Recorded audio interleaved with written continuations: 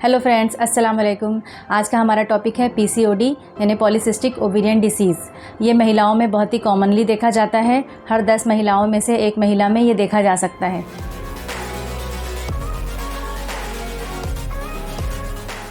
PCOD में ovaries का size बढ़ जाता है, पीरियड्स रेगुलर नहीं होते, टाइमली नहीं आते और ओव्यूलेशन टाइमली नहीं हो पाता, यानी जो एग रिलीज़ होने का जो प्रोसीजर है वो हर मंथली नहीं हो पाता। इसकी वजह से हार्मोनल इम्बैलेंसेस हो जाते हैं। साथ ही इंसुलिन रेजिस्टेंस हो जाता है। ये एक बड़ा मेटाबॉलिक डिसऑर्डर है जिसकी वजह से महिलाओं को बहुत सारे अलग अलग प्रॉब्लम का सामना करना पड़ता है। जैसे पीरियड्स टाइम पर नहीं आते, पीरियड्स के समय जो ब्लड फ्लो होता है वो या तो एकदम कम हो जाता है या एक्सेसिव हो जाता है।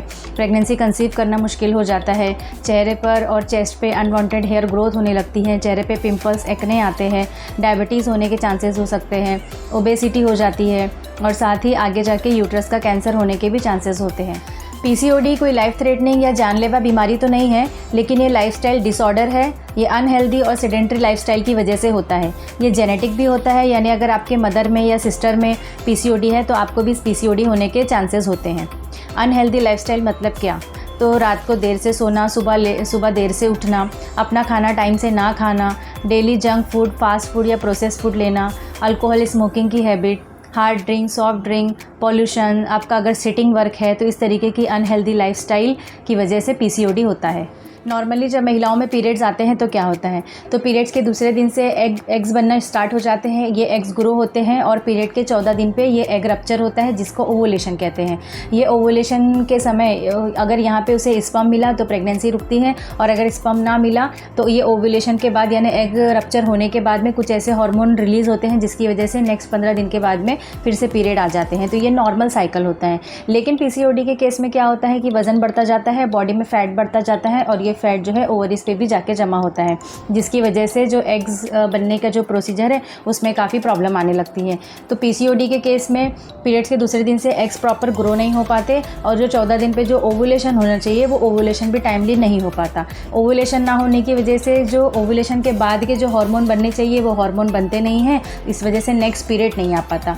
इसलिए हार्मोनल इम्बैलेंस हो जाते हैं और पीरियड्स भी इरेगुलर हो जाते हैं। जो हार्मोन बॉडी में बनने चाहिए वो बनते नहीं हैं और जो नहीं बनने चाहिए वो बॉडी में जमा हो जाते हैं, जैसे कि एंड्रोजन। ये मेल हार्मोन होता है जो कि टेस्टोस्टेरोन कहलाता है। ये मेल हार्मोन ज़्यादा बढ़ने की वजह से चेहरे पे और चेस्ट पे अनवांटेड हेयर ग्रोथ होने लगती है, पिंपल्स आते हैं, मूड चेंजेस होने लगते हैं, चिड़चिड़ापन आने लगता है। ये हार्मोनल इम्बैलेंसेस की वजह से इंसुलिन रेजिस्टेंस हो जाता है, यानी जो ब्लड में फ्री ग्लूकोज घूमता रहता है वो टिश्यू में अच्छे से एब्जॉर्ब नहीं हो पाता और डायबिटीज़ होने के चांसेस हो जाते हैं। हाइपरटेंशन यानी बीपी बढ़ने के चांसेस हो जाते हैं और आगे जाके यूट्रस का कैंसर भी होने के चांसेस होते हैं। आपने कई बार सुना होगा कि पीसीओडी में हार्मोनल इम्बैलेंस हो जाते हैं। तो ये हार्मोनल इम्बैलेंस क्या होता है, कौन से हार्मोन है जो इम्बैलेंस हो जाते हैं, कौन से हार्मोन ज़्यादा होते हैं, कौन से हार्मोन कम हो जाते हैं जिसकी वजह से पीसीओडी में ये सारी प्रॉब्लम्स होते हैं। तो हार्मोनल इम्बैलेंस के पीछे पैथोफिजियोलॉजी क्या है उसको आज हम समझते हैं। तो पीरियड आने का जो प्रोसीजर है वो सिर्फ ओवरीज या यूट्रस पे ही मुत्तहिद नहीं होता। इसके लिए जो मेन कंट्रोल है वो ब्रेन से होता है। तो ब्रेन से एक हार्मोन रिलीज़ होता है हाइपोथैलेमस से, जिसको हम गोनाडोट्रोपिन रिलीजिंग हार्मोन कहते हैं, यानी GnRH। ये हार्मोन रिलीज़ होता है, ये ब्लड से ट्रैवल करता है, एंटीरियर पिट्यूटरी पे एक्ट करता है और वहाँ से दो हार्मोन रिलीज़ होते हैं जिसको LH यानी ल्यूटिनाइजिंग हार्मोन और FSH यानी फॉलिकल स्टिमुलेटिंग हार्मोन कहते हैं। ये दोनों हार्मोन जो है ब्लड से ट्रैवल करते हैं और ये जाते हैं रिप्रोडक्टिव सिस्टम पे, वहाँ पे ओवरीज के ऊपर में एक्ट करते हैं और उसको स्टिमुलेट करते हैं कुछ और हार्मोन रिलीज़ होने के लिए। अब ओवरीज भी स्टिमुलेट होती हैं और दो हार्मोन रिलीज़ करती हैं, एक ईस्ट्रोजन जो कि ओवुलेशन के पहले रिलीज़ होता है और दूसरा प्रोजेस्टेरोन जो कि ओवुलेशन के बाद रिलीज़ होता है। अब ये जो प्रोजेस्टेरोन हार्मोन है ये सबसे ज़्यादा इंपॉर्टेंट हार्मोन होता है क्योंकि ये कंट्रोल करता है ब्रेन से रिलीज़ होने वाले गोनाडोट्रोपिन रिलीजिंग हार्मोन को। अब प्रोजेस्टेरोन अगर सही मात्रा में रिलीज़ हुआ तो ये इसका प्रॉपर कंट्रोल रहेगा GnRH पे। GnRH कंट्रोल में रहेगा तो LH FSH नॉर्मली रिलीज़ होगा। LH FSH नॉर्मल हुआ तो ईस्ट्रोजन प्रोजेस्टेरोन नॉर्मल रहेगा। इस तरीके से ये प्रॉपरली एक दूसरे को कंट्रोल करते हुए चलते हैं, इनका बैलेंस बना हुआ रहता है और जो है साइक्लिक प्रोसीजर है वो नॉर्मली चलता है, नॉर्मल पीरियड्स आते हैं। लेकिन पीसीओडी के केस में इसका इम्बैलेंस हो जाता है। तो इसमें इम्बैलेंस क्यों होता है और कैसे होता है उसको समझ लेते हैं। पीसीओडी के केस में क्या होता है कि ओवुलेशन नहीं हो पाता, यानी जो एग रप्चर होने का प्रोसीजर है वो नहीं हो पा रहा है। ये क्यों नहीं होता है वो भी हम आगे समझते हैं। अब ओवुलेशन नहीं हो पाता तो ओवुलेशन के बाद का जो हार्मोन है जो कि प्रोजेस्टेरोन हार्मोन है वो भी रिलीज़ नहीं हो पाता। अब प्रोजेस्टेरोन हार्मोन नहीं होगा तो क्योंकि प्रोजेस्टेरोन हार्मोन एक इंपॉर्टेंट इंपॉर्टेंट कंट्रोलर है GnRH के लिए, जो कि ब्रेन से रिलीज़ हो रहा है। प्रोजेस्टेरोन नहीं है तो GnRH पे कंट्रोल भी नहीं हो पाता, तो GnRH की मात्रा बढ़ जाती है। अब जो GnRH की वजह से LH और FSH रिलीज़ हो रहे थे उस पर भी कंट्रोल नहीं होता, तो LH की मात्रा बढ़ जाती है, FSH की मात्रा घट जाती है। अब FSH जो कि एक इम्पॉर्टेंट हार्मोन होता है फॉलिकल को स्टिमुलेट करने के लिए, फॉलिकल के ग्रोथ के लिए, उसे मैच्योर करने के लिए, उसे फंक्शनल बनाने के लिए और ओवुलेशन के लिए। ओवुलेशन ना होने की वजह से फॉलिकल जो है वो रप्चर नहीं होता, और रप्चर ना होने की वजह से ये फॉलिकल जो है सिस्ट में कन्वर्ट हो जाता है और ओवरीज के अंदर में जमा होते जाता है, जिसकी वजह से जो ओवरी है वो मल्टीसिस्टिक हो जाती है, यानी मल्टीपल सिस्ट उसमें जमा हो जाती है और ओवरीज का साइज़ बढ़ जाता है। ये FSH की कमी की वजह से हो गया। लेकिन जो LH यानी जो दूसरा हार्मोन है ल्यूटिनाइजिंग हार्मोन, इसकी मात्रा बढ़ जाती है। अब ये LH जो है कुछ ऐसे सेल्स को स्टिमुलेट कर देते हैं जिसकी वजह से एंड्रोजन जो है वहाँ पर रिलीज़ होना चालू हो जाते हैं। अब एंड्रोजन क्या है? एंड्रोजन जो है एक मेल हार्मोन है, जैसे कि टेस्टोस्टेरोन। और फीमेल में ये मेल हार्मोन जब बढ़ेंगे तो इसके कुछ अलग सिम्टम दिखाई देते हैं, जैसे कि हिर्सुटिज्म में गर्दन में कालापन आने लगता है, चेहरे पे अनवांटेड हेयर्स आने लगते हैं, चेस्ट पे अनवांटेड हेयर्स आने लगते हैं, चेहरे पे पिंपल्स आने लग जाते हैं, पीरियड्स इरेगुलर हो जाते हैं, तो ये सारे सिम्टम हमें दिखाई देते हैं। PCOD में इंसुलिन हार्मोन का भी एक इम्पॉर्टेंट रोल होता है, और ये इंसुलिन हार्मोन एंड्रोजन प्रोडक्शन के लिए रिस्पॉन्सिबल होते हैं, यानी इंसुलिन की वजह से भी एंड्रोजन बनते हैं और LH की वजह से भी एंड्रोजन बनते हैं।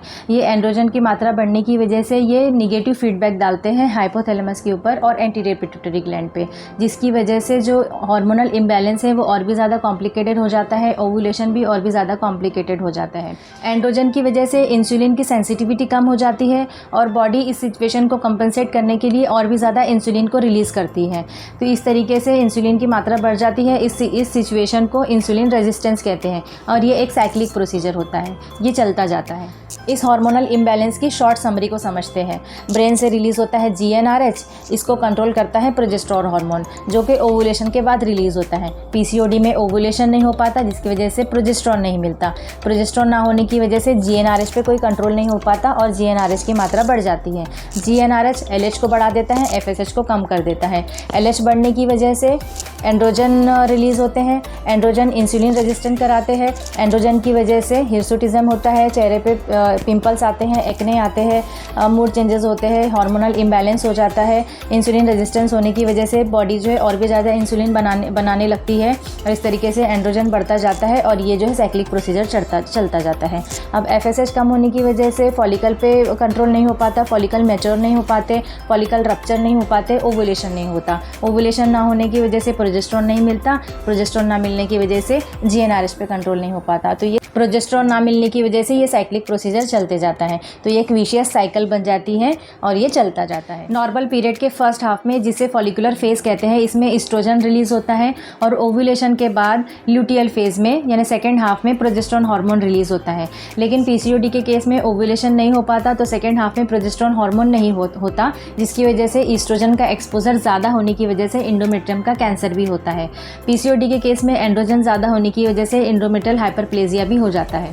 PCOD को डायग्नोस कैसे करते हैं? तो इसके डायग्नोसिस के लिए कुछ हार्मोन टेस्ट होते हैं, कुछ ब्लड टेस्ट होते हैं, जैसे thyroid profile, serum prolactin, testosterone, sugar test किया जाता है, जैसे fasting and post meal sugar, HbA1c, glucose tolerance test, ultrasonography की जाती है। इसमें ओवरीज का साइज़, इसका वॉल्यूम और अपीयरेंस देखा जाता है। ये सारे टेस्ट करके हम ये पता कर सकते हैं कि आपको PCOD है या नहीं है। अब PCOD के ट्रीटमेंट की बात करें तो इसका कोई क्यूरेबल ट्रीटमेंट नहीं है, इसमें सपोर्टिव ट्रीटमेंट ही दिया जाता है। PCOD की वजह से प्रेगनेंसी कंसीव करने में प्रॉब्लम होती है, तो कुछ सपोर्टिव ट्रीटमेंट लेके आप प्रेगनेंसी कंसीव कर सकते हैं।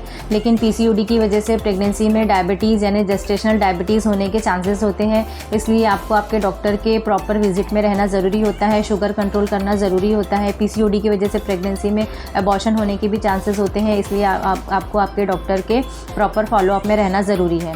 PCOD के ट्रीटमेंट के लिए ईस्ट्रोजन एंड प्रोजेस्टेरोन कॉम्बिनेशन की ओरल कॉन्ट्रासेप्टिव पिल्स दी जाती हैं।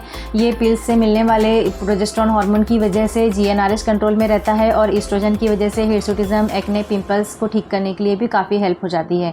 साथ ही कुछ एंटी डायबिटिक ड्रग जैसे कि टैबलेट मेटफॉर्मिन भी दी जाती है। ये टैबलेट इंसुलिन को कंट्रोल करने के लिए काफ़ी हेल्पफुल होती है।